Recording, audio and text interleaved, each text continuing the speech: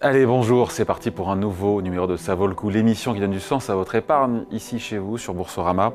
Aujourd'hui, on vous reparle de l'Asie. Bonjour Jean-Marie.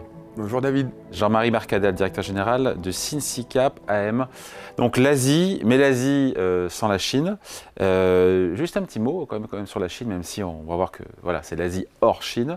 La Chine, quand même, on en parle depuis tellement longtemps, on parle tellement de cette descente aux enfers qui a duré quasiment 3 ans pour les bourses locales, pour les bourses chinoises, et qui ont commencé, qui ont touché peut-être un plancher, qui ont commencé à rebondir. On sait qu'il y a eu des annonces qu'on avait commentées ensemble, hein, des annonces de Pékin pour stabiliser la bourse locale.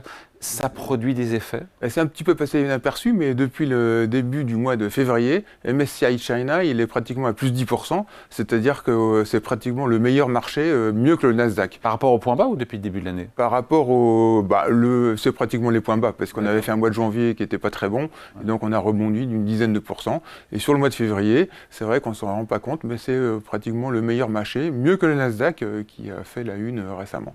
Alors, le mois dernier, on expliquait que dans cette zone, il fallait raisonner en deux dimensions, à deux niveaux, qu'il y avait finalement la Chine, dont on parle tout le temps, et il y avait le reste de l'Asie. Voilà, l'Asie hors Chine, qui est un très gros marché, puisque c'est la quatrième capitalisation de l'indice MSCI Monde, tout pays confondu. C'est 3500 milliards de capis, c'est 400 valeurs. Et puis surtout, ce sont plutôt que de raisonner... Quel pays? Alors, les grands pays, c'est l'Inde, Taïwan, Corée, Indonésie et des pays plus petits, Vietnam, Malaisie. Mais ce qui est surtout intéressant, c'est pas tellement de raisonner en pays, c'est de raisonner en thématiques d'investissement. Et ces trois pays aujourd'hui recoupent des thématiques d'investissement qui sont en croissance, alors qu'on est plutôt dans un monde qui est en croissance plutôt molle. La croissance mondiale sera autour de 3% cette année, même si les États-Unis résistent bien. Alors, donc, trois bonnes raisons pour investir, parce que c'est la vidéo d'aujourd'hui sur l'Asie sans la Chine. Jouer l'Asie, c'est une façon aussi, un proxy, c'est une façon de jouer l'intelligence artificielle. Voilà. Même si tout le monde ne parle que d'NVIDIA, il y a une autre façon de jouer aussi la thématique de l'IA. Alors en Asie, on a deux leaders mondiaux qui sont essentiels dans le secteur de l'intelligence artificielle. On a évidemment TSMC, Taiwan Semiconductor, donc, qui a 80 à 90% de part de marché dans les advanced nodes, comme on dit, c'est-à-dire les semi-conducteurs de dernière génération.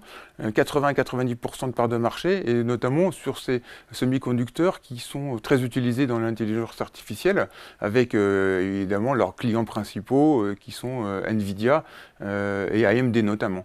Et le deuxième leader mondial aussi dans cette zone, c'est une entreprise coréenne qui s'appelle Hynix. Alors je ne suis pas un grand spécialiste de ce domaine-là, mais ce sont des leaders avec 50% de part de marché. C'est un fabricant de mémoire HDM, comme on dit, ça veut dire High Bandwidth Memory, c'est-à-dire des mémoires de très haute capacité, qui sont notamment utilisées dans tout ce qui est intelligence artificielle dans le domaine graphique. Et ça, c'est... Donc voilà, là, on a deux leaders mondiaux.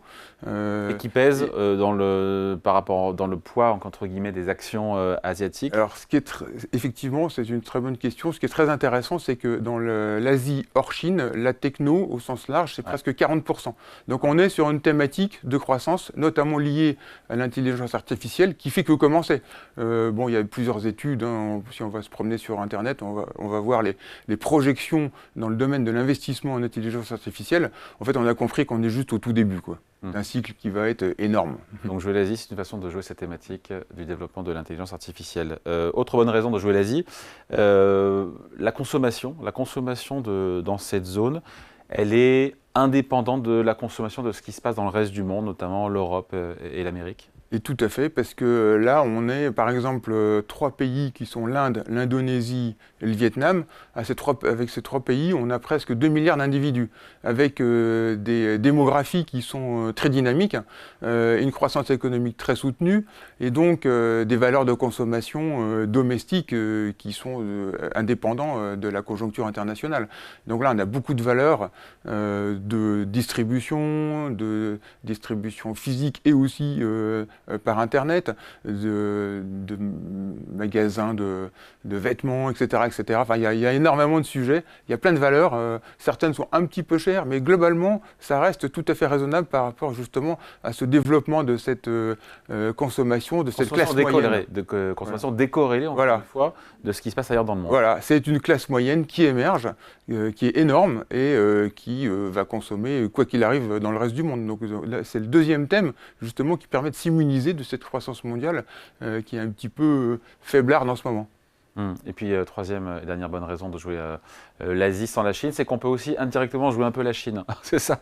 Parce qu'il y a tout l'écosystème autour du géant chinois, hein, c'est ça. C'est ça, c'est la stratégie China Plus One. Et là aussi, ça fait que commencer avec... China Plus One, c'est-à-dire? Alors, ça veut dire que les entreprises internationales, mais aussi chinoises, commencent à considérer que la Chine est perçue comme un danger par les entreprises internationales. Les sanctions américaines ont aidé, hein, et donc les entreprises cherchent à contourner la Chine dans leur chaîne, dans leur supply chain, comme on dit aujourd'hui, dans leur chaîne d'approvisionnement, et donc ça provoque des capitaux qui investissent dans des usines au Vietnam, des usines en Indonésie, des usines en Inde. Apple investit en Inde pour justement s'immuniser d'un risque politique chinois, et ça c'est une thématique là aussi de contournement, de contournement, et qui fait que commencer.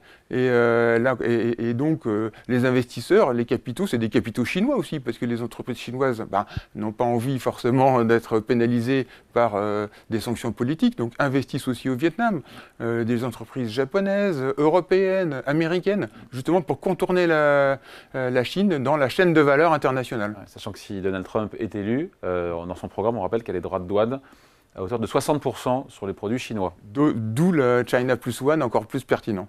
Ouais. Et on finit là-dessus, Jean-Marie, en se disant qu'en termes de performance, l'Asie hors Chine, en termes de performance boursière, c'est au rendez-vous. Alors on a lancé notre nouvelle stratégie le 10 janvier, on est déjà en hausse de 10%. Notamment tiré par la première thématique que vous évoquiez, c'est-à-dire l'intelligence artificielle et la techno. Mais au-delà de ça, sur plus longue période, au-delà de ça, quand on regarde la moyenne de la catégorie ou l'indice de référence, il est aussi performant. Alors, sur longue période, l'année dernière, c'est une zone qui a fait plus 20%. Ouais. Donc, alors que la Chine a fait moins 10, enfin moins 5, moins 10. Ouais. Donc, on voit bien que c'est performant. Et les valos d'ensemble sont assez corrects. On est à peu près à 15. Les valorisations. Les valorisations, pardon, ouais. D'ensemble sont assez correctes, avec un PER 2024 estimé à 15, pour des croissances de bénéfices dans l'ensemble autour de 15-20. Allez, merci beaucoup. Jean-Marie Mercadal, directeur général de SinSi Cap AM. Merci Jean-Marie. Merci David. Et ça vaut le coup, revient la semaine prochaine sur Boursorama.